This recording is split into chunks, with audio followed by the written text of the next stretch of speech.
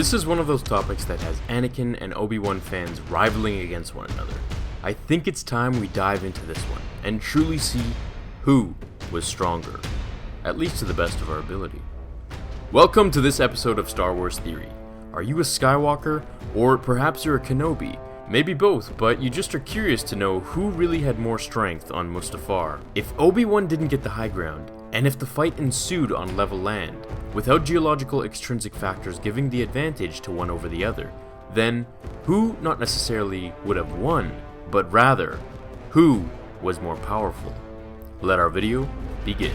It is evident that at this point, both were easily the two most skilled fighters in the galaxy after Yoda and Sidious. Obi-Wan's defensive Form 3 fighting style allowed him to essentially outlast his opponent, waiting until he began making mistakes due to frustration or fatigue, before taking advantage of these errors and countering attacks.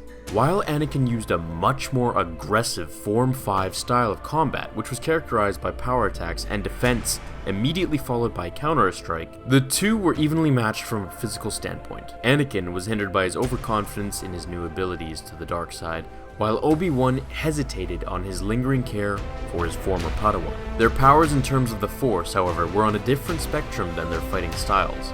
Anakin was undoubtedly noted to have the strongest attunement to the Force, essentially being conceived by the Force itself. He had surpassed Yoda's midichlorian count if we refer to episode 1 at the mere age of 9. Now, what does this mean?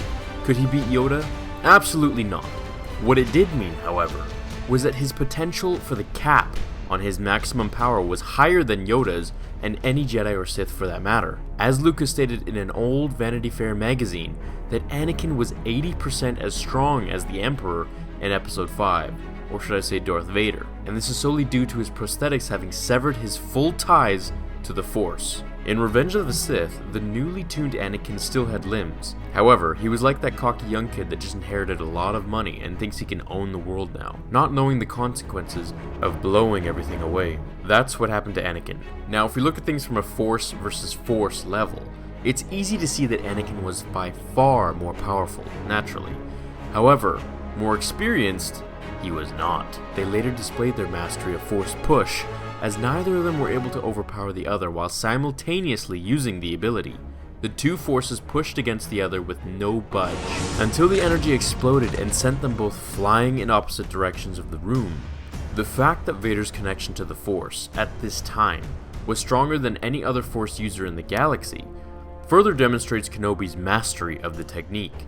Obi-Wan was capable of other telekinetic feats and could use the Force to increase his body's endurance and agility. So maybe he didn't have Anakin's natural speed. He could, however, amplify his own speed to such an extent that he could literally disappear from sight in a blur, either to avoid attacks or to strike first. One thing that always had me thinking was that Kenobi jumped a massive distance in The Phantom Menace with his fight against Maul, and we can definitely agree that Anakin in Revenge of the Sith was stronger than the young Obi-Wan in The Phantom Menace. So, the jump that Anakin made to the high ground riverbank seems a bit illogical if we think about it like that. He could have easily landed a few meters further away, but then again, he was cocky. That accounts for everything. I believe these examples really make you understand the difference between having power and having controlled power. Anakin was like a sawed-off shotgun, unbelievably powerful. He could blow a hole in you a foot wide, if it hit you. However, Obi-Wan was perhaps less powerful with the Force, but he was able to control that power, more like a sniper rifle, focusing all of his energy, no matter how big or small, onto one target, and executing it to the best of his ability. Random fact, Obi-Wan was actually less attuned to the Force than other Force sensitives were. This gives insight to how much he actually trained.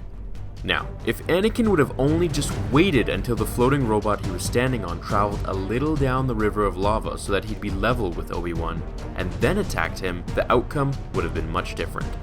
His downfall was ultimately his immense power, as it crippled him to think that he was invincible.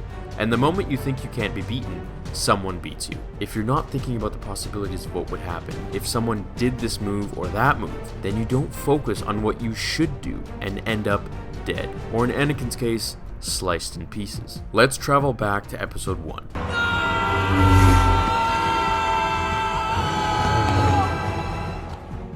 Obi-Wan, in my opinion, briefly turned to the dark side after Qui-Gon's death, to leap over Maul and slice him in half. When he said, do not try it. He was referring to Vader to not try his own move on him. Maul did not see it coming, but Obi-Wan clearly did.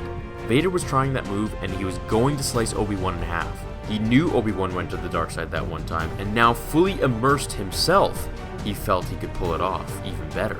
But his emotions got the better of him. Added that Obi-Wan was in a better position, it ultimately ended in his demise, which was destiny. I wholeheartedly believe that if Anakin was able to keep all of his limbs, he would have overthrown the Emperor soon after this, and not have been a slave to the Emperor's bidding. While Anakin's power did not surpass Obi-Wan's experience, I do strongly believe that if they continued to fight on land in an open field, perhaps, that Anakin would have eventually won. His new powers were undoubtedly beyond any of the Jedi. However, his experience and brash cockiness was his only downfall, leading him to the lava river's banks in more pieces than one, awaiting to be saved by Emperor Palpatine. I'd like to know, are you Team Vader, or do you think Obi-Wan was superior? Let me know below. Thanks for watching this episode, everyone. I'm really grateful for your support. We're nearing that 80k subs, and it feels pretty good. On to 100 we go. Enjoy your day. I'll see you in tomorrow's episode of Star Wars Theory. Until then, my fellow Jedi and Sith friends, may the Force be with you.